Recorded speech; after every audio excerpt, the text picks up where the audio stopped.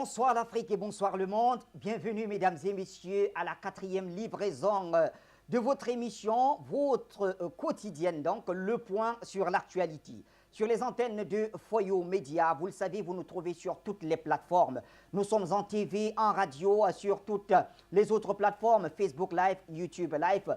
Vous nous retrouverez en cet instant au moment où nous nous interrogeons sur ce qui se passe dans le monde. La question de ce soir: l'opération militaire spéciale de la Russie en Ukraine annonce-t-elle une nouvelle guerre mondiale? En tout cas, c'est la question que se posent les citoyens du monde en ce moment. Avons-nous tort de mettre cette question sur la table ce soir? On ne sait quoi dire. Mais une chose est certaine, ces derniers jours, les plateaux de télévision en Occident, en Eurasie ou même en Asie s'offrent aux experts en stratégie de guerre pour étudier les différents scénarios d'une éventuelle 3e guerre mondiale. Faut-il s'en inquiéter? En tout cas, nous, on s'interroge seulement. Et si c'est le cas, comment cela va-t-il se passer? Qui donnera le coup d'envoi? Quel serait le sort des petites nations en cas de nouvelle guerre? Et l'Afrique dans tout ça, quel sera son sort?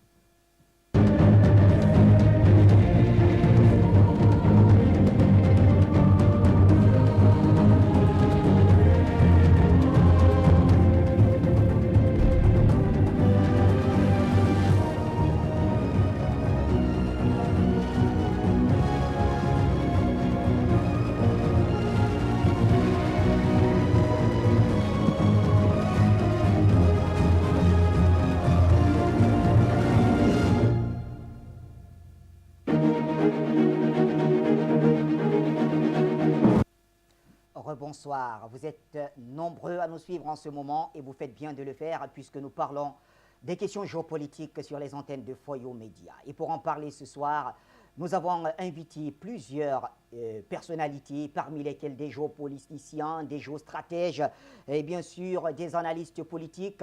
Et bien tout cela, c'est pour nous permettre de mieux comprendre ce qui se passe dans le monde. Eh bien, vous l'avez compris, quand on parle de géopoliticiens sur le continent africain, pour ne pas dire dans le monde, il y en a un dont le nom revient très souvent, c'est notre cher Luc Michel. Et aux côtés des Africains depuis plusieurs années, compagnon de lutte, et nous le recevons pour la première fois sur les plateaux de Foyo Média. Bonsoir Luc.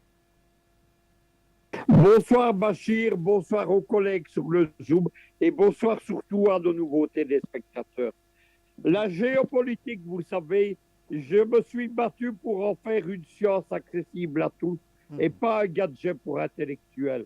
Aujourd'hui, bien entendu, j'ai été interviewé hier par des journalistes de TV5 qui sont venus principalement m'interroger. Il paraîtrait que je suis aujourd'hui le principal influenceur de la politique russe en Afrique et également en France même. On a beaucoup parlé de l'Ukraine. Il faut retenir que dans l'Ukraine, la question de la 3e guerre mondiale, ce n'est pas le principal. Retenez que dans l'Ukraine, il y a deux choses. Il y a une guerre économique, on va en parler, et une guerre médiatique. Dans le cadre de cette guerre médiatique, il y a une musculation et il y a la question de la 3e guerre mondiale. La Russie soulève le problème parce qu'elle est légitimement inquiète des volontés bellicistes du bloc occidental.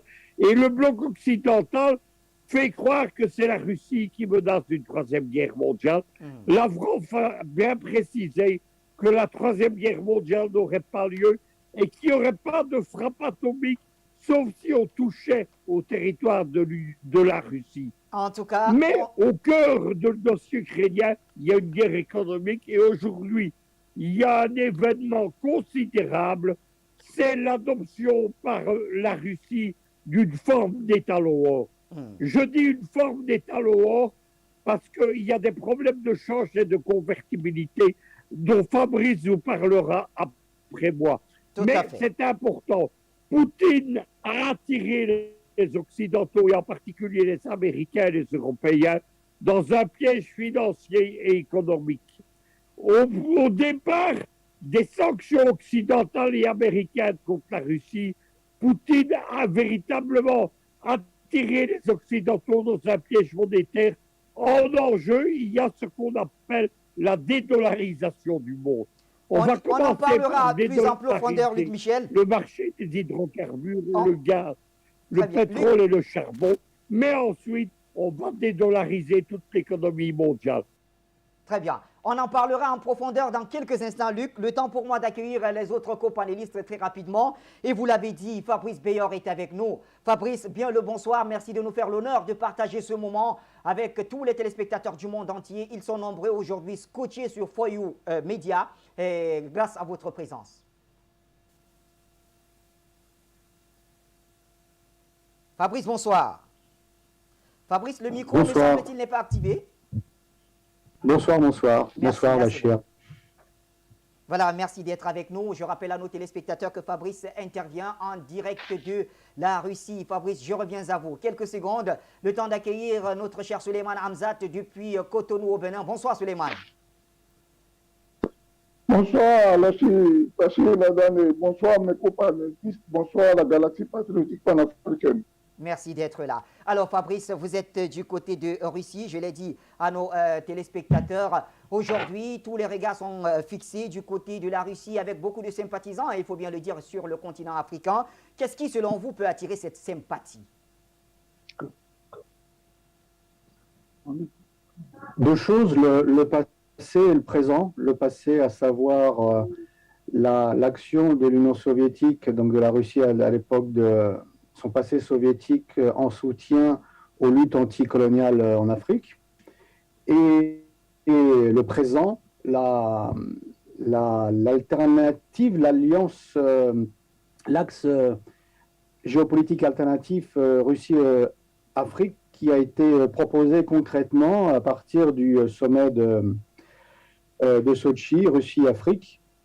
Et à partir de là, aujourd'hui, les réalisations concrètes de ceci dans beaucoup de pays, mais avec les deux pays phares d'aujourd'hui, à savoir la République centrafricaine et le Mali, où on voit que lorsque on fait affaire, allons-nous dire, avec la Russie sur des questions précises et que des accords sont validés, la Russie respecte son contrat et est efficace, à la différence des différentes actions, réactions, missions de l'ONU ou de la France ou de l'Europe qui disent lutter contre le terrorisme depuis des années mais qui n'aboutit à rien, alors qu'en Centrafrique, on a vu le résultat lorsque la Russie est intervenue. On verra le résultat au Mali et j'espère dans d'autres pays. Donc, pour répondre à votre question et conclure de suite pour cette introduction, hier, la Russie soviétique en soutien à la libération, la première libération de certains États africains, et aujourd'hui la Russie qui vient achever cette libération, en quelque sorte soutenir cette deuxième et j'espère dernière lutte de libération pour une Afrique souveraine et qui puisse participer avec le bloc eurasien dans la création de ce monde multipolaire. Merci en tout cas, voilà une réponse qui est claire. Le passé et le présent contribuent à cette sympathie des Africains vis-à-vis de la Russie. Luc Michel, allons-y avec vous maintenant pour essayer peut-être de répondre à cette question. Est-ce que l'opération militaire spéciale de la Russie en Ukraine annonce une nouvelle guerre mondiale, pour ne pas dire la troisième guerre mondiale? C'est la question que se posent d'ailleurs plusieurs citoyens du monde. Constatez que derrière l'affaire ukrainienne, il y a une guerre médiatique. Et dans cette guerre médiatique, chacun des deux camps montre les muscles. La Russie, qui est légitimement inquiète du balicisme occidental, les Britanniques et les Américains, par exemple, appellent les Ukrainiens à frapper les villes de la frontière avec la Russie. Eh bien, la Russie, évidemment, trace ses lignes rouges. Et les Occidentaux font croire à leur population que la Russie prépare une troisième guerre mondiale. Lavrov a clairement précisé qu'il n'y aurait pas d'utilisation de l'arme atomique si on ne touchait pas au territoire de la Russie. Mais il y a surtout quelque chose, c'est la guerre économique. Derrière cette guerre économique, il y a aujourd'hui un événement important, c'est l'adoption par la Russie d'une forme d'étalon. Je dis une forme parce qu'il y a des particularités dans la conversion dont Fabrice vous parlera après moi. Mais il faut retenir que Poutine a attiré les Occidentaux en prenant prétexte des sanctions sur le marché des hydrocarbures dans un piège économique, monétaire et industriel. Aujourd'hui, évidemment, la Russie elle est en train de pratiquer ce qu'on appelle la dédollarisation du marché des hydrocarbures.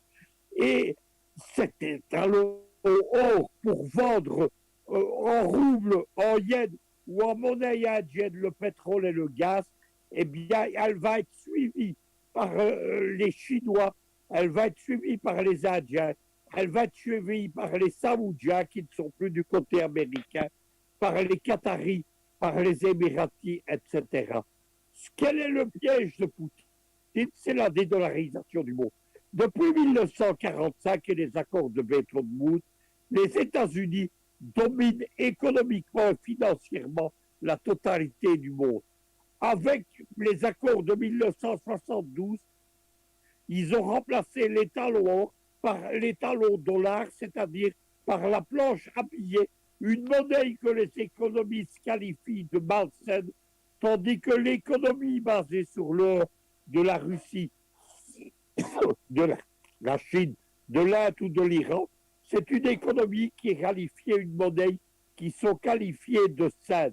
Cela veut dire que c'est fini d'avoir une monnaie qui est basée sur les crises économiques, sur la planche à billets et sur la production de papier sans garantie fiduciaire et monétaire. Les Occidentaux n'ont pas très bien compris ce qui leur arrivait. Avec leur arrogance, le ministre, par exemple, des économies françaises, Le Maire, a dit qu'ils allaient détruire la Russie. Biden a annoncé qu'il allait abaisser et détruire la Russie et ils ne se rendent pas compte qu'ils ont été attirés dans un piège monétaire qui se double d'un piège stratégique dans le dossier ukrainien lui-même. Voilà donc l'affaire à suivre. Aujourd'hui, aucun plateau de télévision français ne parlait de cet étalon or. Il y a eu une dépêche pourtant de l'AFP. C'est malheureusement pour eux le grand événement. Le grand événement, ce ne sont pas les soi-disant crimes de guerre de la Russie, ce n'est pas la folie de Vladimir Poutine comme ils disent, et ce n'est pas le fait que la Russie serait en train de perdre la guerre en Ukraine. Soyons précis pour dire ce qui se passe. La Russie n'a pas engagé en Ukraine plus de 12% de ses forces armées et pas 65% comme le prétendent les journaux et les médias français. L'Ukraine aujourd'hui, elle voit 65% de son potentiel militaire détruit. L'Ukraine, c'est la 26e puissance militaire mondiale. La Russie, c'est la 2e. C'est la première puissance nucléaire mondiale, puisqu'elle a 12 000 têtes nucléaires et les Américains seulement 8 000. On ne sait pas, lorsqu'on est un boxeur poids plume sur un ring, on ne peut pas vaincre un boxeur flambeau. Voilà pourquoi l'Ukraine va gagner, la Russie va gagner la guerre en Ukraine. Et voilà pourquoi la guerre économique aujourd'hui, avec la dédollarisation du monde, avec cette unité des puissances eurasiennes que sont les Chinois, les Iraniens, les Russes et les Indiens, voilà pourquoi les Américains sont mal partis. Mais surtout, la principale victime de la guerre en Ukraine, ce ne vont pas être les Américains, ce sont les Européens qui se préparent à la récession et il y a 10 années de misère sociale et économique. Merci Luc Michel pour ce chèque qui nous conduit très rapidement vers Fabrice Béard. Alors Fabrice, si on a bien écouté Luc, il y aura une guerre, c'est vrai, mais pas une guerre du point de vue militaire. Mais comment on explique le fait que tous les plateaux des télévisions, que ce soit en Occident, en Eurasie ou même en Asie, sont écumés d'experts en stratégie de guerre. Chacun y va de sa plume, de son verbe pour essayer d'expliquer ce qui se passe en Ukraine. Vous savez, lorsque vous n'avez pas de stratégie, vous bottez en touche. Et qu'est-ce que vous bottez en touche? En fait, vous faites du people. Vous parlez de la pseudo-maladie de Poutine qui change tous les jours. Vous parlez de cas qui n'existent pas. On voit le soi-disant maire de Mariupol et qui sur tous les plateaux qui raconte ce qui se passe alors que le premier jour de l'opération militaire, il s'est enfui de sa ville. Donc il ne connaît absolument pas ce qui se passe sur le terrain, bien évidemment. Donc on est dans un théâtre, dans du storytelling, on raconte des histoires, on invente des dates. À chaque fois, aujourd'hui, la date c'est le 9 mai. Le 9 mai, il va se passer quelque chose. Et s'il ne se passe rien, comme toutes les autres dates qu'ils ont données auparavant, ils disent quoi? Ils disent, ah, ils ont dit quelque chose, mais en fait, ils font marche arrière parce qu'ils ont un problème. Ils inventent une propre histoire, mais qui n'est en aucun cas réelle. Tout le monde dit, regardez, c'est très lent, ça se passe très lentement. Mais pourquoi ça se passe très lentement? Parce que ça ne se passe pas au rythme médiatique, parce que la Russie a engagé sur le terrain, pas d'ailleurs son meilleur matériel. C'est un matériel adapté en fait à la guerre qu'il est en train de mener contre les bataillons ultra-nationalistes, pour ne pas dire nazis même d'ailleurs, pour certains d'entre eux. Donc on est dans une situation où vous avez d'un côté le côté russe qui indique très clairement ce pourquoi il intervient, qui indique ces changements de stratégie, qui indique ce pourquoi il agit de telle façon, c'est-à-dire protection des civils, éviter tant que possible de détruire l'infrastructure civile derrière laquelle se cachent ou se battent les Ukrainiens, et éviter d'avoir des morts trop importants aussi pour ses propres soldats. C'est pour ça que c'est lent. Si la Russie mettait toutes ses forces sur l'Ukraine, ça prendrait 2 semaines, c'est une évidence. Mais ce n'est pas le but. Pourquoi? Parce que les populations qui sont libérées, en particulier dans le Donbass, c'est des populations qui font partie des républiques populaires de Donetsk et de Lugansk, c'est-à-dire des gens qui sont citoyens de ces républiques et qui, très certainement, demain, seront citoyens de la Fédération de Russie. Donc il est évident qu'ils vont pas, que les Russes ne peuvent pas bombarder ces villes, ne serait-ce que pour cette situation-là. C'est pourquoi vous avez la propagande de l'Ouest qui montre des destructions sans indiquer que ces destructions sont le fait de batailles et que beaucoup sont le fait que les militaires ukrainiens se battent dans les immeubles et se battent en fait dans la ville. Ils servent des populations civiles comme boucliers. Mais ça, c'est une autre histoire. Donc aujourd'hui, nous avons en Europe de l'Ouest, en Europe occidentale, dans le bloc occidental, un monde parallèle, virtuel, où on met en valeur le bataillon Azov. On parle de résistants, alors que c'est simplement un groupe de néo-nazis. Ce sont des néo-nazis. Ce n'est pas, je ne qualifie pas ce terme comme certains, dès qu'un ennemi est politique, on va le qualifier de nazi pour le diaboliser. Non, pas du tout. Je fais une différence entre d'ailleurs les nazis et certains nationalistes, même ukrainiens. Mais le bataillon Azov, ce sont des militants nazis. C'est extrêmement clair. Et nous avons aujourd'hui tous ces gens, évidemment, qui ne peuvent, comment dire ça, je pense que certains comprennent ce qu'ils font, mais la plupart s'auto-intoxiquent à leur propre propagande. Pourquoi? Parce que s'ils devaient parler des faits réels sur le terrain, on devrait se poser des questions. Et c'est des questions qui amènent d'autres questions auxquelles ils ne voudraient pas avoir les réponses. Puisque nous avons, il n'y a pas eu très longtemps, je crois que c'est aujourd'hui, l'ambassadeur d'Ukraine en France, qui sur une chaîne de télévision, BFM TV, a indiqué que les Russes n'étaient pas des Européens, c'était des Mongols et des Tatars, donc c'était des Asiatiques, et qu'eux étaient des vrais Européens, et c'est pour ça qu'on voulait les soutenir. En fait, le discours sur les asiato-bolcheviks, puisque c'est le discours que tiennent les Ukrops, c'est-à-dire les pro-ukrainiens, les nationalistes ukrainiens en Ukraine, c'est le discours de Goebbels, c'est le discours du Troisième Reich. C'est exactement ça. Et aujourd'hui, on voit un narratif qui parle de la défense de la démocratie et qui met en avant ces gens qui sont véritablement des nazis. On a vu BHL, Bernard-Henri Lévy, à Odessa, marcher, défiler, allons-nous dire, pour ses photos, pour ses reportages vidéo, à côté du gouverneur militaire d'Odessa, que l'ancien responsable du bataillon Haïdar. Le bataillon Haïdar est encore pire que le bataillon Azov. Encore pire. Voilà donc cet Occident. Nous sommes dans un mélange de Big Brother et le meilleur des mondes, où c'est l'inversion accusatoire. Et aujourd'hui, étant donné que sur le terrain, ils n'ont absolument rien à dire, ils essayent soit de créer des provocations comme à Boutcha, ou alors ils s'inventent des faits ou des situations qui n'existent pas pour en faire une sorte de romance. Le 9 mai, il ne va rien se passer de particulier, à part le défilé de la victoire pour les 77 ans, donc de la victoire contre le fascisme allemand en 1945, donc à Berlin. Voilà ce qui va se passer en Russie. Rien d'autre que cela. Mais vous savez, je vais terminer là-dessus, comme disait Poutine, vu qu'ils sont totalement, vu que c'est pas même le clown, le président Zelensky, ce n'est pas lui qui décide, puisque un jour il dit qu'il veut négocier avec la Russie et il sous-entend que la Crimée et même le Donbass, il pourrait s'en passer.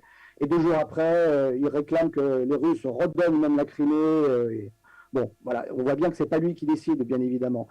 On est dans une situation aujourd'hui où, comme disait Poutine, il avait fait une offre justement qui est en fait l'application des accords de Minsk, qui a été refusée, mais il avait indiqué elle a une date de préemption, cette proposition. Ça veut dire qu'aujourd'hui, cette proposition de la fédéralisation de l'Ukraine, à part Donetsk et Lugansk, qui sont hors jeu, ça c'est déjà fait pour Moscou, était encore possible. Ce n'est plus possible. Et aujourd'hui, plus Kiev va attendre, plus Kiev écoutera l'ambassade américaine qui leur donne des ordres, plus ils croiront ils vont croire qu'ils seront soutenus jusqu'à la fin et qu'ils vont gagner contre la Russie, plus ils mettront en danger l'existence de l'État souverain, si tant est qu'il puisse l'être auparavant, qu'il a été auparavant, ukrainien. Et aujourd'hui, on se dirige, je ne dis pas qu'on y va, mais il y a de plus en plus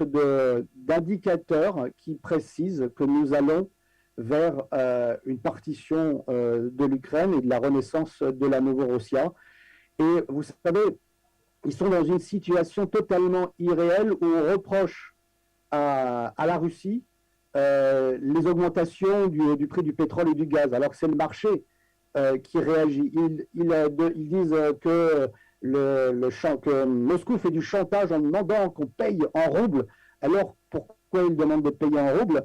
Ils demandent de payer en roubles parce qu'ils ont bloqué les euros et les dollars, ils les ont volés, plus de 300 milliards, et que jusqu'à présent, il est payé encore en roubles, en dollars ou en euros, et qui était immédiatement gelé, c'est-à-dire qu'ils voulaient que la Russie leur donne du gaz et du pétrole gratuit. Ça n'existe pas dans le monde. Ça n'existe pas, surtout dans leur monde. Et donc, aujourd'hui, nous sommes tout à fait dans une situation d'inversion accusatoire, et vous avez ce problème qu'ils essayent de cacher derrière du storytelling et des histoires, que l'Union européenne, en fait, lorsqu'elle elle met des sanctions, elle avance. Mais vous savez, c'est comme des crans. Pour faire marche arrière, d'un point de vue institutionnel, c'est presque impossible.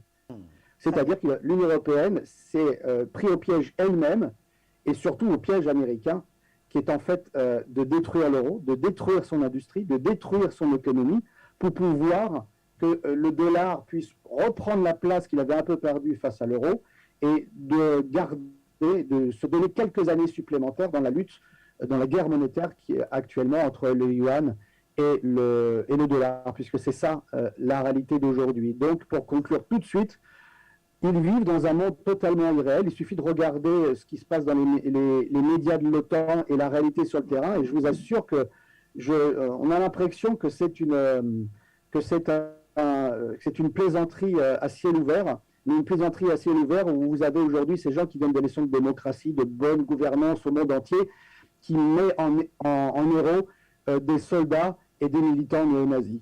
Voilà quelle est la réalité aujourd'hui de l'Union européenne, de l'OTAN, qui démontre une fois encore que l'OTAN c'est la guerre, et que l'OTAN, étant donné que c'est l'outil de contrôle politico-militaire des États-Unis sur sa colonie européenne, nous voyons bien une fois encore que le problème central et mondial de par le monde, c'est bien le parasitage, c'est bien les interférences, c'est bien les ingérences et c'est bien les guerres que mènent les États-Unis sans arrêt, en particulier depuis la chute de l'Union soviétique. Très bien. Merci à vous, Fabrice Beyor, pour cette contribution. Alors, elle nous conduit directement vers Souleymane Hamzat. Souleymane Hamzat, alors, en tant qu'Africain, mais surtout en tant que consultant dans le domaine militaire, quelle est votre lecture de notre thématique? Est-ce que vous pensez que l'on se dirige véritablement vers une nouvelle guerre mondiale? C'est vrai que vos prédécesseurs ont parlé d'une guerre qui ne sera pas forcément militaire. Écoutez, je constate que mes prédécesseurs ont bien énuméré les mots qui minent, n'est-ce pas, ce conflit entre l'Ukraine et la Russie. Tout est parti du non-respect des accords de Minsk, n'est-ce pas, en passant par nombreux laboratoires bactériologiques qui ont été installés aux portes de la Russie. Une ligne rouge a été franchie par l'Amérique et l'Europe, je veux dire l'OTAN en particulier, en ce sens-là du non-respect des accords de BRICS. Mais moi, je voudrais beaucoup plus analyser, n'est-ce pas, la portée de ce conflit par rapport à l'Afrique.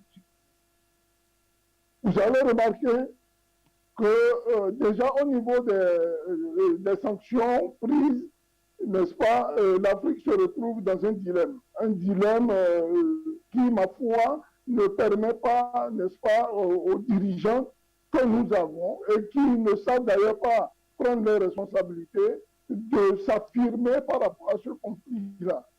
Vous verrez d'une part que le vote qui a eu au niveau du Conseil de sécurité des Nations Unies a permis à certains États de s'affirmer de manière claire et nette, de choisir et de prendre position, n'est-ce pas, pour la Russie. Il faut reconnaître que dans les temps jadis, la Russie et l'Afrique entretenaient, n'est-ce pas, des rapports de très bon voisinage. Et il a été salué, n'est-ce pas, et c'est un fait par nos historiens, que la Russie a été toujours des pays non alignés, ceux-là qui étaient en quête d'une indépendance. Je veux citer l'Angola, je vous cite en ce moment celle de la République du Mali, celle de l'Éthiopie, de l'Érythrée, il y en a beaucoup, qui se battaient, sans oublier bien sûr l'Afrique du Sud, qui se battaient à l'époque pour recouvrir, n'est-ce pas, cette indépendance-là. De l'autre côté, vous avez un autre monde, un monde qui veut continuer de se pervertir. Je veux parler du monde américain et européen, d'ailleurs, qui ne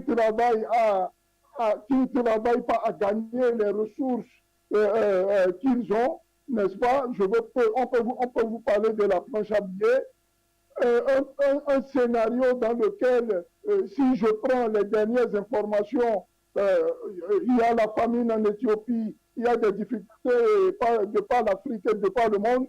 On ne trouve pas les moyens, n'est-ce pas, pour alimenter, pour venir en subvention, en aide, même en crédit, n'est-ce pas, financier, à des États pour pouvoir relever la pente. Mais on trouve quand même des milliards de dollars pour s'acheter des armes, pour venir en aide à un État qui est devenu complètement fou, avec un État qui a à sa tête quelqu'un de totalement psychiatrique. On se demande, est-ce qu'il est normal dans sa tête, ce monsieur-là, qui est dans son palais tranquille, en train de passer du bon temps, et dehors, il livre son peuple, n'est-ce pas, à tout le désarroi que nous connaissons.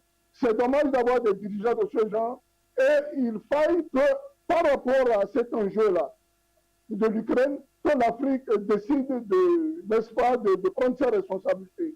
Troisième guerre mondiale, vous avez dit, cela pourrait être possible.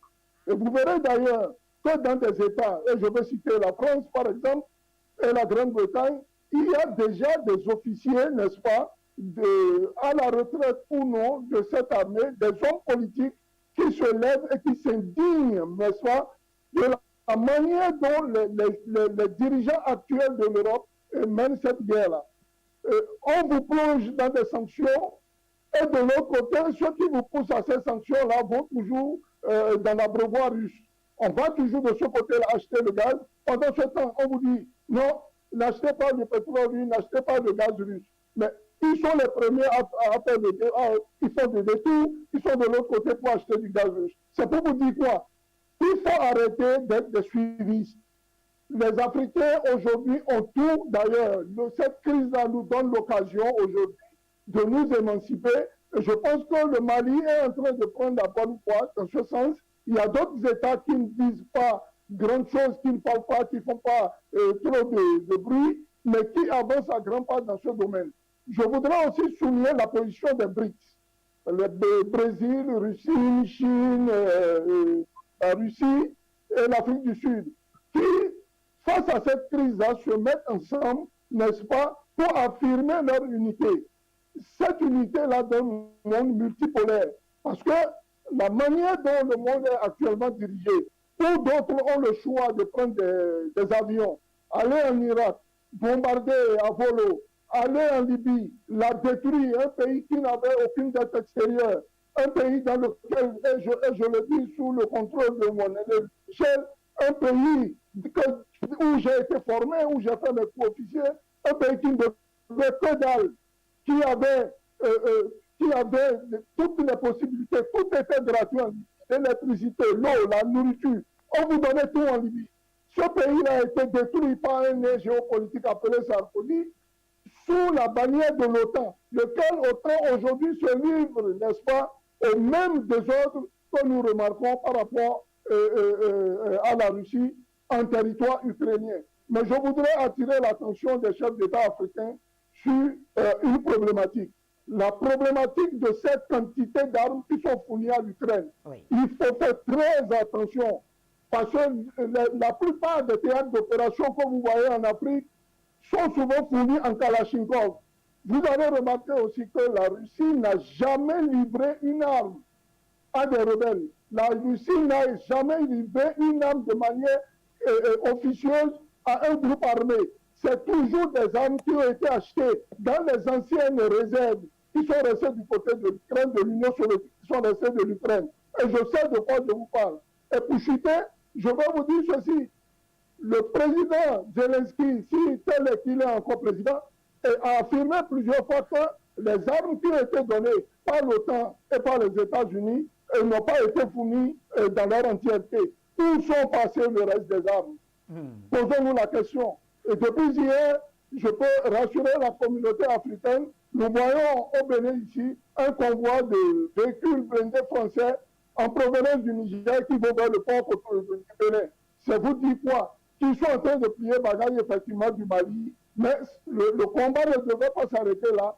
Attention à ne pas surveiller, n'est-ce pas, ces flux d'armes qui se passent au niveau de l'Europe et qui sont des armes de destruction massive, si je peux en prendre un cas, puisque j'ai été entraîné en la matière, si vous utilisez un manpad sur un A320 ou machin, vous le foudroyez, il va falloir que le chef d'État fasse très attention, que nos chefs en service, qui ont en charge le renseignement ou le renseignement militaire puissent vérifier à nos frontières tout ce qui passe, sans quoi je pense qu'une partie de cette cargaison se retrouverait soit dans le désert ou peut-être à la porte de nos villes en Afrique.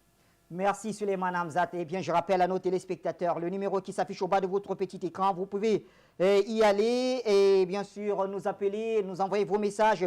Vous êtes libre de participer à cette émission puisque c'est la vôtre. Alors Souleymane Hamzat parlait tout à l'heure de certains officiers des armées occidentales qui dénoncent cette guerre ou cette manipulation venant de leur propre camp. Alors, on va essayer d'écouter ce capitaine d'une armée occidentale avant de retourner la parole à Luc Michel avec la complicité de la réalisation. Je vous envoie un petit peu une vidéo à chaud parce que je suis un petit peu en colère, parce que je suis en train d'entendre sur tous les réseaux sociaux, parce que les plateaux des merdias sont en train d'inviter toutes les semaines des colonels, des officiers supérieurs et des officiers généraux pour en fait qu'ils préparent l'opinion publique à la guerre contre les Russes. Donc, votre manœuvre avec des grands sabots, on a parfaitement compris d'où ça vient, mais là, vous êtes en train de prendre des responsabilités qui sont d'une dimension que vous n'imaginez même pas. Parce que tous généraux que vous êtes, ou tout colonel que vous êtes, colonel Goya, général Yakovlev, général Desportes, et les autres encore généraux, général Clermont, qui prennent la parole, qui écrivent pour inviter tous les Français à se préparer à la guerre, vous êtes au mieux juste des cons, je tiens à vous le dire, et même si vous êtes des anciens de Saint-Cyr, que je dois vous respecter, vous êtes des cons, parce que vous êtes en train de nous mener tout droit vers la guerre, et au pire, vous êtes des irresponsables, voire des fous, parce que tous les plateaux de télévision vous donnent la parole, et cette parole, elle a une valeur. En tout cas, elle avait une valeur encore il y a plusieurs semaines, parce que vous avez passé 20 ans, 30 ans, 40 ans à défendre la France, et plus que la France, à défendre son peuple. Et là, vous êtes en train, en fait, de mener ce peuple à la guerre. Donc, c'est pas du sang que vous allez avoir sur les mains, c'est pire que ça. On pourrait demain aussi avoir des radiations nucléaires dans nos narines à respirer. Et donc, c'est bien pire que le sang. Parce que là, vous êtes en train de préparer une guerre, non pas contre un ennemi mineur, mais un ennemi majeur, la Russie, que vous êtes d'ailleurs en train de transformer dans nos esprits en ennemi. Alors que la Russie n'est qu'un adversaire géopolitique, depuis toujours. Il a été allié. Les Russes ont été nos alliés en 14. Les Russes ont été nos alliés en 39-45, quand il a fallu battre les nazis. Très bien. Merci donc à la réalisation pour cet élément qui nous a été diffusé. Eh bien, on me fait savoir qu'il y a quelques appelants. C'est vrai que je voulais rapidement aller vers Luc Michel. Bon, donnons la parole à nos téléspectateurs. Donnons-leur 2 minutes chacun. Je vois notre cher Jean Sacpono depuis les États-Unis. Je vois Peter d'Écosse. Alors, commençons par Jean Sacpono. Rapidement. Jean, bonsoir. Salut. Et nous saluons vos invités, Fabrice, Luc, Michel, Suleiman. Merci. Bachir, Oui. n'ayons pas peur. N'ayons pas peur parce que c'est eux qui ont la peur. Et nous vous informons que, comme l'a dit tout à l'heure Fabrice, ces Occidentaux sont en train de manipuler l'opinion nationale sur la santé de Poutine et autres. Ils ne peuvent pas faire la guerre, Bachir, parce qu'ils n'ont pas de l'argent. Et la guerre qui est en Europe, qui est en Occident, c'est la guerre économique. Parce que l'euro, le dollar, tout cela va passer. Mais vous voyez que quand les gens sont habitués à manger, à bouffer, sans vergogne, sans gêne, et puis c'est l'argent qui est leur respiration, alors il ne faut pas vouloir laisser cela très facilement. C'est pour cela qu'ils transforment, ils ne veulent plus la guerre sur leur territoire. L'Ukraine est utilisée comme cobaye. De la même manière, maintenant, qu'est-ce qui va se passer au niveau de l'Afrique?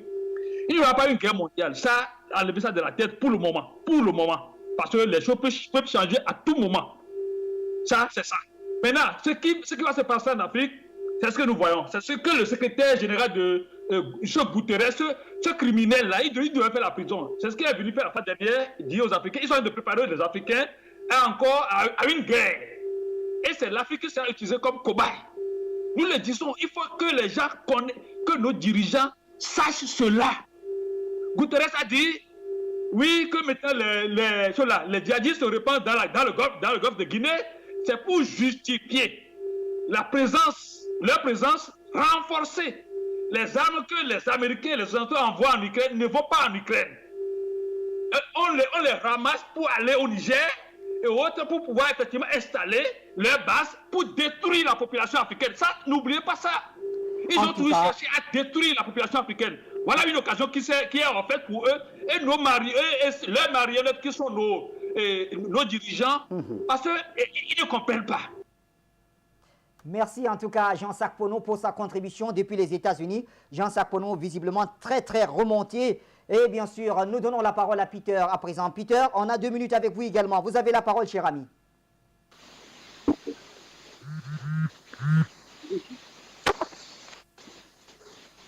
Peter, bonsoir. Vous me recevez?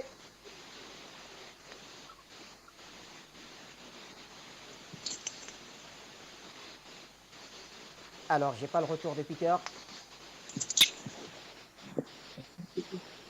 Peter, est-ce que vous m'écoutez? Bonsoir, M. Bachir. Merci beaucoup, Constant. Je veux saluer tous vos invités, y compris ceux qui sont sur le Zoom. Je vais être très, très bref. Il y a quelque chose qu'on doit savoir, c'est que depuis 2011, 2012, 2013, John McCain, avec son acolyte, son co-listier, comme on le dit, lorsqu'il était encore en liste pour les élections aux États-Unis, avait reçu Loukachenko et il lui avait fait comprendre qu'ils vont détruire la Russie et qu'ils peuvent compter sur eux. C'est à eux maintenant d'écrire officiellement qu'ils ont besoin d'aide. Donc du coup, comme lui-même c'était un ancien de la CIA, ils ont préparé leur coup avec leur révolution Orange qu'ils ont réussi. Et puis, ils ont commencé à armer l'Ukraine parce que l'objectif des États-Unis, c'est que le renseignement américain soupçonnait Moscou de fabriquer des armes hypersoniques. Mais ils ne savaient pas quand, ils ne savaient pas comment. Et quand M. Poutine a commencé à exposer son armement, ça a commencé à poser beaucoup de questions au niveau du Pentagone parce qu'ils essayaient eux aussi de pouvoir prendre des secrets qui malheureusement n'ont pas pu être atteints. Donc du coup, ils ont poussé le pion, ils ont poussé le bouchon au bout. Deuxième raison, c'est que l'intelligence américaine a pris conscience que bientôt le dollar risque disparaître de la circulation et vous savez que les Américains sont très fiers d'eux, donc pour eux, il est impossible to be in the background. Donc, il faut à tout prix créer quelque chose. Et qui est le cobaye? Europe. European Union, qui est le cobaye. Et qui ils ont vu en Europe qui est capable de pouvoir hausser le ton, c'est la France. Donc, du coup, vous savez, tout ce qui se passe dans les chaînes mainstream, ils sont tous payés. Bon, je vous dis, j'ai eu des informations, ils sont tous payés pour faire la propagande. Des fois même, ils passent comme idiotes, ils s'en foutent. L'essentiel, c'est qu'ils ont le cash pour avoir dit que Poutine est le diable, Poutine est sénile, Poutine est fou, etc., etc. Donc, vous voyez, ça, c'est une montée en puissance pour toucher et sensibiliser la population française et européenne des bonnes causes que l'Occident veut montrer au monde entier, mais malheureusement pour eux, tout le monde est derrière Moscou et ils ont même réalisé, puisqu'il y a un expert France qui a dit qu'ils sont étonnés de savoir qu'avec tout ce qu'ils sont en train de faire, toute l'Asie est derrière Moscou. Même Israël, qui a commencé à montrer de trahison, a été rattrapé par un scandale bientôt qui va sortir. Donc, du coup, là, il ne peut pas avoir de troisième guerre, ça c'est impossible, sinon ça va être la catastrophe pour la Terre. Mais par contre, il y aura quelque chose de très fort que M. Poutine va faire, parce que pour les États-Unis, je vais terminer vite fait, il faut empêcher Poutine de gagner cette guerre, parce que les États-Unis vont perdre le marché de l'armement. Or là, Poutine est en train de faire une démonstration de force, et il faut saboter ça pour dire aux autres que vous voyez qu'il a du matériel obsolète, nous on a les meilleures armes. Donc là, je laisse tout le monde à réflexion. Bientôt, je vais venir encore sur le subject. Merci beaucoup for your media. À très bientôt. Bye. Allez, merci très cher Peter et bon rétablissement à vous. Un dernier appelant avant d'aller vers Luc Michel, c'est Zerfel. Il nous appelle d'Allemagne. Zerfel, on a 2 minutes avec vous. Très rapidement, on y va. Salut vos invités, moi je serai bref. Oui. Vous savez que présentement, ces Européens, ce qu'ils sont en train de préparer, ils ne savent pas ce qu'ils sont en train de faire. Parce que c'est comme quelqu'un qui est dans l'obscurité et l'autre est dans la lumière. Celui qui est dans l'obscurité, il te voit tout ce que tu fais. Mais celui qui est dans le noir, vous ne le voyez pas. Mais c'est ça, entre la Russie et les Européens et les Occidentaux. Tout ce qu'ils sont en train de préparer contre ce monsieur, lui, il est déjà prêt pour ça. Donc, tout ce qu'ils sont en train de faire aujourd'hui, c'est-à-dire que, comme vient de dire l'autre, l'appelant tout à l'heure, c'est-à-dire qu'ils vont faire les démonstrations, chacun va montrer sa puissance, sa technologie devant les cieux, comment dire, dans le monde entier, et celui qui aura, disons, le meilleur avion ou le meilleur Rafale, celui qui va gagner de l'argent. C'est ça présentement, parce que quand on voit aujourd'hui en Allemagne ici, ils sont en train de gesticuler pour faire de n'importe quoi, parce qu'ils ont accueilli, comment dirais-je, des réfugiés ukrainiens. Donc, ils sont en train de favoriser ces genres de personnes. Alors donc, présentement, comment dirais-je, Poutine, il est en bonne position pour moi, parce qu'ils ont vu son avion. Cet avion va apparaître le 9 de ce mois. De ce mois-là, ils vont voir cet avion-là. Il est tellement puissant qu'eux-mêmes, ils ont déjà peur de l'avion. Donc, pour moi, il n'y aura pas de guerre. C'est-à-dire que, comme vient de dire Peter, c'est pour vendre les armes qui sont en train de nous effrayer avec les trucs de guerre. Ceux qui ont peur de Corona-19, ce sont eux qui ont fait la guerre? Non, je ne pense pas. Merci, je m'arrête là et puis je laisse la parole aux autres. Merci très cher Zerfel. Eh bien, on referme le standard momentanément pour aller vers Luc Michel. Nous sommes à 12 minutes de la fin de l'émission. En tout cas, Luc Michel, la parole est à vous avec une question. Quels sont les buts de la guerre de Poutine? Je dis bien les buts, je le mets au pluriel. Les buts de guerre, ils sont précis et ce n'est pas la Troisième Guerre mondiale. Ce n'est pas une volonté de puissance, comme le raconte l'OTAN, pour menacer toute l'Europe. Il y a un but de guerre qui est étranger au dossier ukrainien, qui est de géopolitique internationale. C'est faire éclater le nouvel ordre mondial américain, proclamé par George Bush père à la chute de l'Union soviétique, et dédollariser l'économie mondiale. Et il y a un but qui concerne l'Ukraine. Il a été défini par un général russe il y a 10 jours. C'est d'établir un corridor géopolitique qui réunisse toutes les républiques autoproclamées pro-russes des 30 dernières années, c'est-à-dire l'Abkhazie, l'Ossétie du Sud en Géorgie, qui sont appuyées sur le territoire russe avec la frontière avec la Russie, Donetsk, Lugansk et ce qu'on appelle la Novorossia. On prépare des référendums à Kherson et les Russes veulent reprendre Odessa. Et enfin, c'est d'établir une continuité avec la fameuse Transnistrie, qui est en fait la République moldave du Dniester. Il n'y a pas besoin, comme le raconte l'OTAN, d'intervenir pour ça en Moldavie. En effet, la région autonome proclamée de Transnistrie, elle est à la frontière de l'Ukraine, à 30 km d'Odessa. Il suffit pour la Russie de proclamer une république du Donbass à Odessa, comme ils l'ont fait à Donetsk et à Lugansk, et ils auront la continuité territoriale depuis l'Ossétie du Sud, l'Abkhazie, Donetsk, Lugansk, la Crimée, Odessa, Kherson, et puis, bien entendu, la Transnistrie. Voilà quels sont les buts de guerre de Poutine.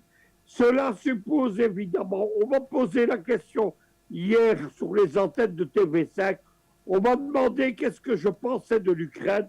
J'ai précisé que j'étais pour la dissolution de l'État ukrainien qui va être partagé entre ses voisins.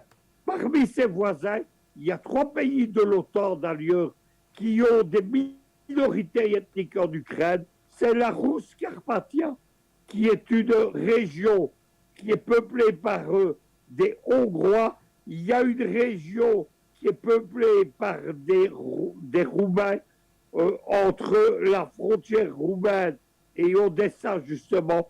Et enfin, il y a une région polonaise, la Silésie, avec Lviv.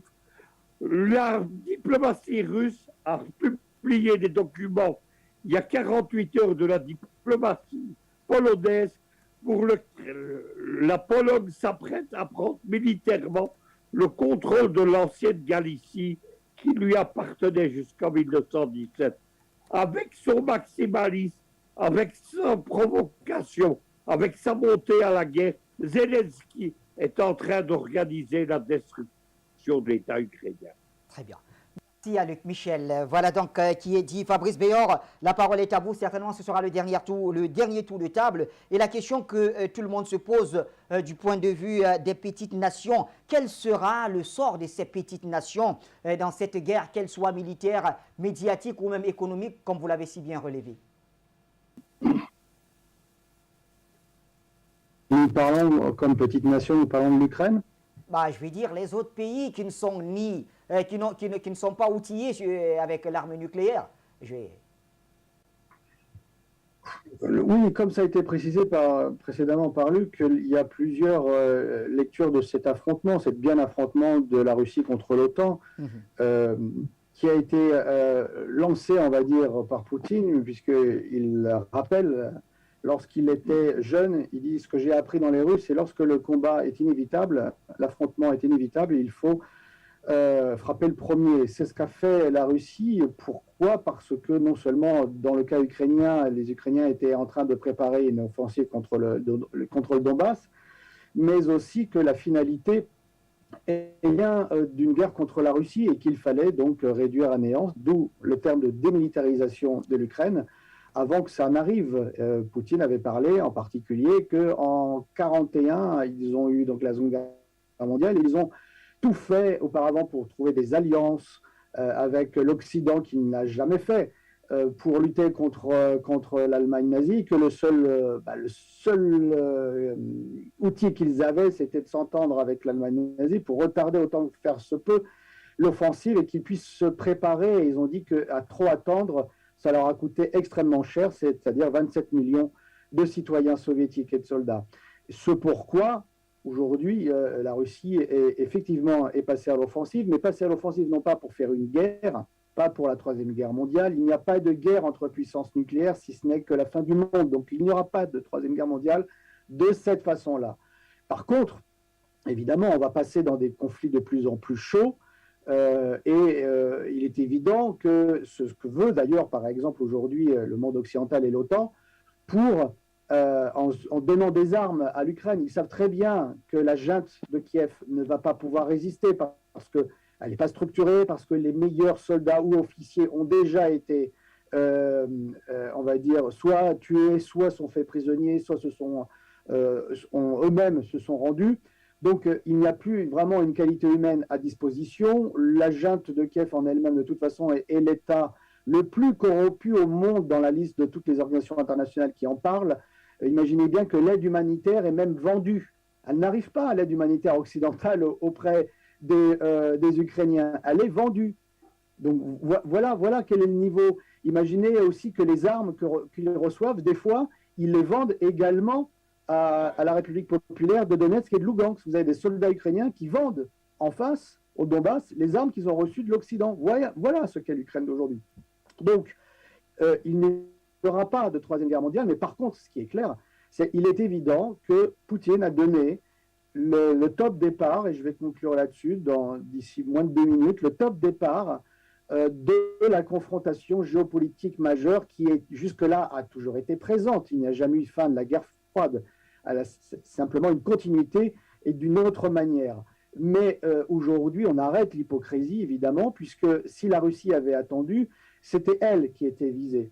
Rappelons que les livraisons d'armes actuelles américaines ont été signées en janvier de cette année, avant même que la Russie intervienne. Donc comprenez bien que c'était déjà un plan américain, que la Russie n'a fait que devancer ce qui allait arriver, afin d'éviter justement que ça lui coûte plus cher. Donc évidemment, aujourd'hui, ça lui coûte cher, mais ça lui coûterait plus cher de ne pas intervenir, puisque c'était la destruction de l'État russe tout simplement.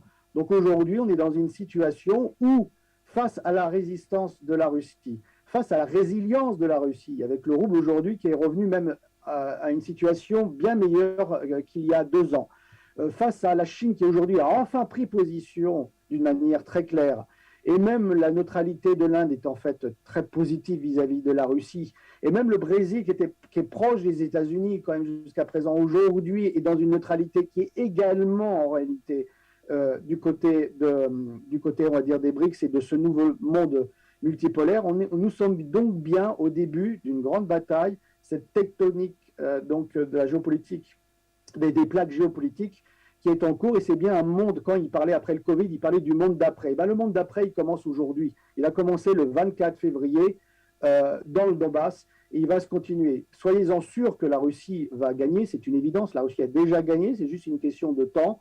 Laissons les médias occidentaux parler et fantasmer sur leur propre discours et leur propre propagande. La réalité, c'est que la Russie, aujourd'hui, face au jusqu'au-boutisme américain, qui va détruire l'Ukraine, la Russie donc va étendre en fait le tampon qu'elle avait besoin de sécurité jusqu'à Odessa, donc c'est-à-dire jusqu'à la Priniestrovie, comme vous l'a expliqué mon ami et camarade Luc Michel, et en cela, ce sera finalement une victoire à la Pyrrhus pour les Américains, puisque certes, ils vont détruire l'économie européenne, puisque c'est le but des Américains en réalité. Ce n'est pas tellement directement la Russie, c'est de détruire l'économie européenne, de détruire effectivement la puissance monétaire européenne, si tant est que l'euro puisse en avoir été une, pour contrôler que le dollar puisse encore survivre. Mais c'est une victoire à la Pyrrhus, je l'indique, parce que aujourd'hui, vous avez le bloc occidental, en particulier l'Europe, qui est dans une phase descendante,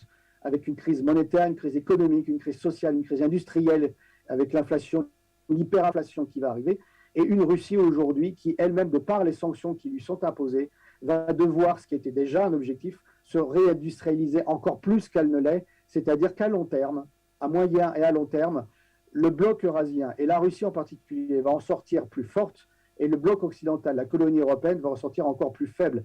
En cela, c'est un avantage pour l'Afrique.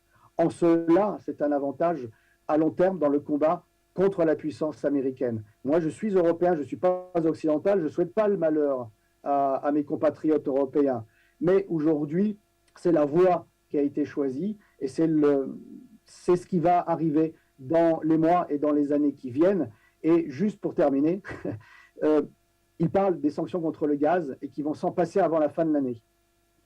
Je le sais déjà, mais je prends à pari avec qui veut qu'à la fin de l'année, au début de l'année prochaine, vous allez voir, ils vont revenir et refaire des commandes officiellement, pour la simple et bonne raison, c'est qu'il est techniquement impossible, avant au moins 5 ans, de se passer du gaz russe. Il est techniquement, je le répète, impossible de se passer du gaz russe. Ils ne peuvent, dans le meilleur des cas, arriver, et je dis le meilleur des cas, je suis gentil, remplacer que 30% du gaz russe. Donc, soit l'Europe accepte qu'elle a perdu la blitzkrieg, qu'elle voulait faire contre la guerre économique qu'elle voulait faire contre la Russie, soit elle se dirige vers sa décadence économique et des problèmes politiques très importants.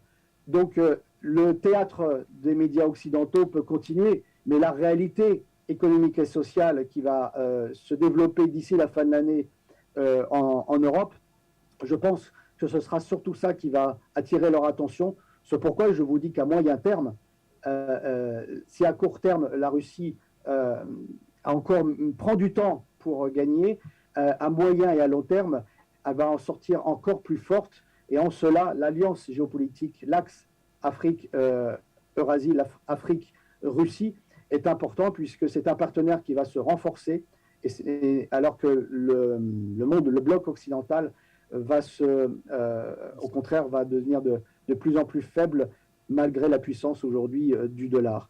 On est bien à un tournant géopolitique. Des batailles sont encore à être menées, mais croyez bien, on va peut-être en perdre certaines, mais il est évident aujourd'hui qu'un nouveau monde va émerger et il n'y aura pas de troisième guerre mondiale. Je le répète, la seule guerre qui est en train de se faire, c'est effectivement des guerres locales et des guerres régionales, et pour cela, il faut des alliés. C'est pourquoi il faut que ce monde multipolaire puisse être une réalité et que le retour de la Russie en Afrique est un de ces outils que les panafricanistes doivent saisir pour éviter justement ces guerres que l'Occident va vouloir certainement allumer encore en Afrique et de par le monde. Très bien. Merci à Fabrice Béor pour cette note très positive qui nous renvoie directement vers Souleymane Hamzat. Souleymane, j'allais poser la question de savoir, et l'Afrique dans tout ça, quel sera son sort? Alors, j'imagine que les conclusions de Fabrice Béor vous satisfont. Je reste positif dans le sens que cette guerre-là qui se mène, elle est plutôt une guerre de bougnac, comme on dit. C'est beaucoup de fric. Ce sont des intérêts qui se bousculent. Chacun veut contrôler le monde à sa manière. Chacun exhibe ses nouvelles armes. Mais l'Afrique, dans tout ça, elle reste quoi? C'est là ma crainte, moi. Nous sommes, je vous l'ai dit précédemment, face à des dirigeants qui jouent un peu du yo-yo, qui ne savent pas s'il faut aller à gauche ou à droite. Mais les 7 ans-là de réflexion sont révolus. Il faut aller n'est-ce pas, dans ce sens-là, de choisir son camp. Ou vous êtes avec la Russie, ou vous êtes de l'autre bord. Il faut arrêter de jouer au yo-yo. Le temps n'est plus au yo-yo. On n'a plus beaucoup de temps à perdre. L'Afrique aussi a besoin de partenaires fidèles. Et nous savons, de par l'histoire, que, n'est-ce pas, les nations occidentalo-américaines n'ont jamais été des nations fidèles. Hein. Nous prenons, quand nous autres panafricains, nous accusons souvent la France de nous créer des problèmes par-ci et par-là, il y a beaucoup qui s'offusquent et tout que nous accusons toute la France et qu'il faille accuser en interne nos dirigeants. Certes, et c'est la raison pour laquelle vous ayant expliqué, n'est-ce pas, que M. Zelensky se plaint d'ailleurs qu'il y a beaucoup d'armes qui ne parviennent pas, comme on le dit, comme prévu, n'est-ce pas, sur le sol ukrainien. Il va falloir que les États africains, s'ils ne savent pas se retrouver autour d'une table et parler de la même voix, puissent de manière indépendante surveiller leurs frontières terrestres, aériennes et maritimes. Parce que ce qui va se passer dans les mois qui viennent en Afrique, si tel est que je prends l'analyse couchutée de mon co-débatteur, M. Bois, par rapport à la chute vertigineuse que connaît actuellement l'Occident, il va falloir que l'Afrique se prépare parce que l'Occident va vouloir se retourner contre nous. Et là, et venir chercher de force, comme ils en ont l'habitude, ce ne sont pas des gens qui sont travailleurs, ce sont de gros fainéants qui veulent profiter de tout. Alors, ils vont se rabattre avec, n'est-ce pas, ceux qui sont à l'intérieur, les agents patentés de l'intérieur, sur nos États, à travers des politiques, n'est-ce pas, d'intimidation. Et je vais citer, ça a déjà même commencé, je vais vous citer le cas de notre soeur Nathalie Yam, qui est menacée actuellement par les services secrets français. C'est comme ça que ça va partir. Et il y en aura beaucoup de panafricains comme ça qui risquent, n'est-ce pas, dont la vie risque d'être atteinte. Et si nous ne prenons pas garde, nos États vont basculer dans un désordre qui ne diront pas son nom. Donc moi je vous dis ceci, il va falloir réfléchir, mais très rapidement, à mettre en place au niveau de nos différentes frontières des services adéquats, mais des services efficaces pour répertorier ces âmes-là qui sont en pleine perdition. Mais il ne faut pas oublier non plus que l'hirondelle qui attire la pluie en reçoit les premières gouttes sur sa tête. Si tel est que des âmes ne sont pas retrouvées, les Européens même devaient plutôt réfléchir un peu à voir dans leur banlieue ce qui va se passer dans les mois qui vont venir. Cette guerre-là, nous prions Dieu qu'elle n'aille pas à une guerre mondiale, que ce soit une guerre de muscles, une guerre de sous, n'est-ce pas, une guerre de prédominance de l'un sur l'autre, mais surtout que cela ne se dépose pas sur le sol africain parce que nous sommes en phase d'aller vers une libération totale et par conséquent un développement adéquat. Merci Suleiman Hamzat. Eh bien, un dernier tour au standard. 2 appels nous attendent. Ken qui nous appelle du Cameroun, très fidèle d'ailleurs à nos émissions, notre ami Ken. Bonsoir Ken.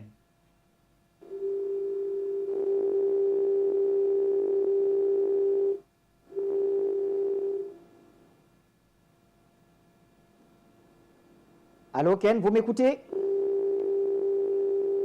Bonsoir. Frères, nous pensons que le message du président Poutine et de la Fédération de Russie est clair. Ce monde ne peut pas continuer à évoluer tel que l'Occident impérialiste le veut. En ce sens que la politique occidentale, et notamment impérialiste du monde, fait fonctionner le monde contre nature et donc l'amoindrit et l'annihile au fur et à mesure.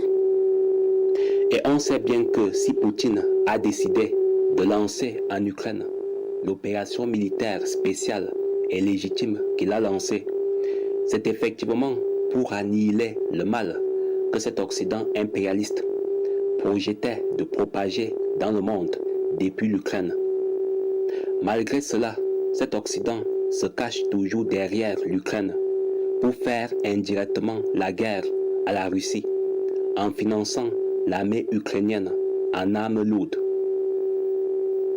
Nous pensons donc qu'à cela, la Russie n'hésitera pas à porter une attaque directe contre l'Occident pour remettre l'Occident à sa place si effectivement cet Occident poussait le bouchon très loin en mettant dangereusement à mal l'opération militaire russe en Ukraine. D'ailleurs, le président Poutine le fait sans cesse savoir, sans embâche, dans ses discours sur la situation en Ukraine. Voilà, frère, je m'arrête ici, je te rends le micro et je reste à l'écoute pour la suite. Merci. Merci, très cher ami Ken Elokonon, depuis le Cameroun. Et le dernier appelant, c'est depuis Genève. On le connaît déjà, c'est Lamine Diop. Bonsoir Lamine. Bonsoir mon cher Bachir, bonsoir à l'ensemble des téléspectateurs et d'auditeurs de Foyou ainsi que votre régie technique. Bonsoir à l'ensemble des panélistes participant à cette thématique, en commençant par M. Batingene, M. Hamzat, M. Luc Michel, à qui je dis bienvenue. Écoutez mon cher Bachir et mes chers panélistes, il faut être franc, l'opération spéciale russe en Ukraine contribue à la libération du monde de l'oppression de l'Occident. C'est quelque chose qui est clair. Voyons. D'un côté, c'est incroyablement révélateur de stratégie géopolitique, donc rendre visible l'invisible du monde occidental. Et d'un autre côté, ça pourrait être totalement apocalyptique, mais les deux en même temps, les deux choses, parce que c'est vrai, quand on voit la sortie médiatique du ministre de la Défense russe, Sergueï Shoigu, cette semaine lançant ainsi un dernier avertissement à l'OTAN pour motif d'ingérence et de prolongation de la crise ukrainienne, par exemple. Je ne vais pas dire que cette opération militaire ne pourrait pas se transformer en une troisième guerre mondiale. Donc, ça me rend anxiogène et ça me désole, car ce monde a besoin d'une nouvelle offre politique multipolaire. Trop, c'est trop. Un homme avec un grand H doit vivre dignement ou se sacrifier pour une meilleure humanité, comme nos ancêtres l'ont déjà intentionnellement ou non intentionnellement fait sur plusieurs générations. Il est évident que les tentatives de l'Occident collectif d'interférer avec le cours naturel de l'histoire, de résoudre le problème aux dépens des autres, sont désormais condamnées. Le monde d'aujourd'hui a plusieurs centres de décision. Il est multipolaire et d'ailleurs, on voit comment les États d'Asie, d'Afrique australe et orientale en général, d'Amérique latine se développent de manière dynamique. Une réelle liberté de choix se dessine pour chacun, y compris en matière de mode de développement et de participation au projet d'intégration. Donc, l'opération militaire spéciale en Ukraine contribue également au processus de libération du monde de l'oppression néocoloniale de l'Occident, fortement impliqué dans le racisme et le complexe d'exclusivité. Toutefois, cette éventuelle Troisième Guerre mondiale pourrait être évitée, mais si on analyse la position des États-Unis actuellement, ils ne veulent pas calmer le jeu, ils continuent à mettre de l'huile sur le feu, car leur hégémonie et leur leadership en dépendent fortement. Et justement, c'est pour cela qu'ils exigent à Zelensky de ne pas laisser l'Occident, qui est prêt à se battre jusqu'au dernier Ukrainien, et mettre en œuvre ses plans. Alors, l'Occident veut et va tenter de prolonger le conflit en Ukraine en fournissant des armes à Kiev. Donc, la question est de voir est-ce que les Russes vont accepter la prolongation de la guerre en Ukraine en laissant le temps fournir des armes à l'Ukraine pour résister à l'offensive russe, où l'état-major des armées russes, comme je l'ai déjà évoqué un peu plus haut, décide de se faire entendre en leur envoyant un 7-2 dans la gueule, et par ego et par contexte de supériorité, les États-Unis décident de riposter mollement, car après la réception d'un 7-2, il faut être clair, mon cher Bachir, il ne vous reste pas grand-chose dans le calbar. Donc c'est un fort scénario, c'est ce que je viens de dire. Toutefois, je pense que les États-Unis ont compris que leur déclin est déjà annoncé. Merci, bonne fin d'émission, à bientôt. Allez, merci à Lamine Diop. C'était le dernier appelant de la soirée. Et la dernière minute, je voudrais la consacrer à Luc Michel. Luc, un dernier mot certainement qui nous permettra de sortir en beauté. Oui, je voudrais dire 2 messages spécialement aux Africains. La première chose, cessez de croire à la propagande de l'OTAN. Tous les jours, j'ai des gens qui m'écrivent en me disant « je suis inquiet ». Qu'est-ce qui se passe, etc. La propagande de l'OTAN, c'est 1984 de George Orwell. C'est un monde de mensonges, un monde virtuel. Poutine, en 2014, va appeler cela l'empire du mensonge. La seconde chose, c'est que j'entends régulièrement dire que la guerre d'Ukraine ne concerne pas les Africains. Ce serait une guerre qui se déroule en Europe. Mais la guerre en Ukraine, elle est mondiale. C'est le basculement du monde, comme l'a dit les journaux français et américains, Newsweek par exemple, ou l'Express, ils ont utilisé le terme de basculement du monde. Poutine a attiré ses adversaires dans un piège géopolitique, géoéconomique, monétaire et financier. La libération du monde, elle a commencé en 2014 dans le Donbass. C'est là-bas aujourd'hui qu'elle continue. Et bien entendu, cela concerne tous les Africains.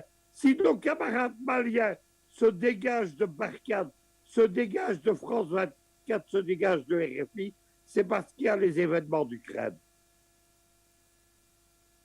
Merci à notre cher Luc Michel, qui nous fait terminer par une note très positive, de cesser de croire à la propagande des médias mainstream. C'est ce que nous dit Luc Michel. Merci à vous, Luc, notre géopoliticien. Un grand merci à Fabrice Beyor qui intervenait depuis la Russie malgré le décalage horaire. Merci également à Suleiman Hamzat qui était du côté de Cotonou au Bénin. Nos téléspectateurs, vous étiez très nombreux à nous suivre ce jour encore et vous faites bien de rester scotchés sur les programmes de Foyo Média. Bonne suite des programmes. Bonne soirée tout le monde. Bonne soirée, les